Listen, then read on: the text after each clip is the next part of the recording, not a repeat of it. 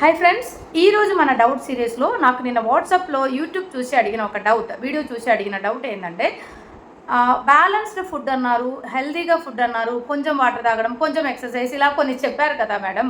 So పెద్ద confusion ఏంటంటే బ్యాలెన్స్డ్గా ఫుడ్ అంటే ఏంటి?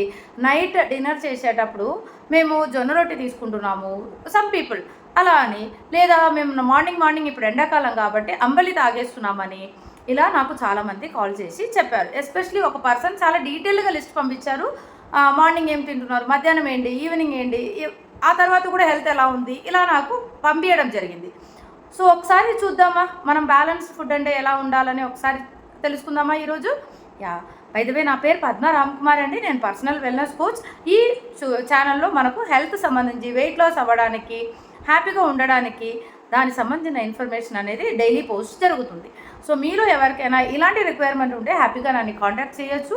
ఇక్కడ ఆల్రెడీ వాట్సాప్ నెంబర్ అనేది ఇస్తున్నాను. ఈ నెంబర్లో మీరు హ్యాపీగా మెసేజ్ చేయొచ్చు, వాట్సాప్ మెసేజ్ చేయొచ్చు. ఓకే, సో ఈరోజు మనం చూద్దాం బ్యాలెన్స్ డైట్ అంటే ఏంటి, బ్యాలెన్స్డ్ ఫుడ్ అంటే ఏంటి అనేది.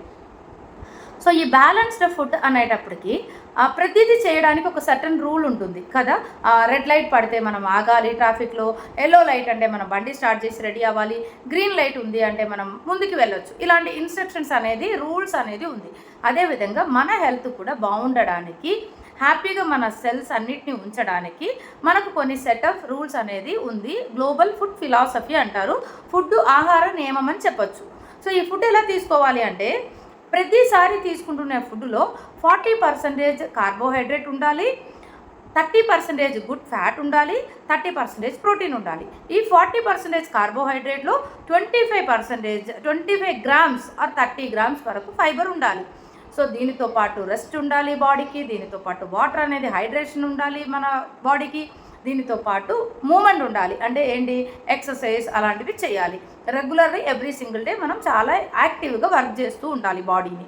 సో ఈ ఒక చిన్న రూల్స్ని మనం అర్థం చేసుకుంటే 40-30 అనేది అర్థం చేసుకొని దానితో పాటు ఈ చెప్పే అదంతా కూడా ఫాలో అవుతే డెఫినెట్లీ ద బెస్ట్గా ఇప్పుడు ఉన్న హెల్త్ కానీ, ఇప్పుడున్న వెయిట్ అంటే అండర్ వెయిట్ ఉండని, ఎక్సెస్ వెయిట్, ఓవర్ వెయిట్, ఒబెసిటీగా ఉండని, సో దాని నుంచి మనము నెక్స్ట్ 90 డేస్లో ద బెస్ట్గా మారడానికి ఆప్షన్స్ అయితే ఉంది.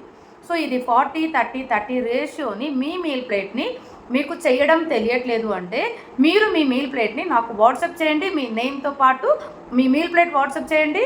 సో దట్ నేను మీకు హెల్ప్ చేస్తాను మీల్ ప్లేట్ ఎలా కరెక్షన్ చేసుకోవాలి అనేది. Okay, so thank you so much. ఈరోజు టాపిక్ మీకు నచ్చింది అనుకుంటాను.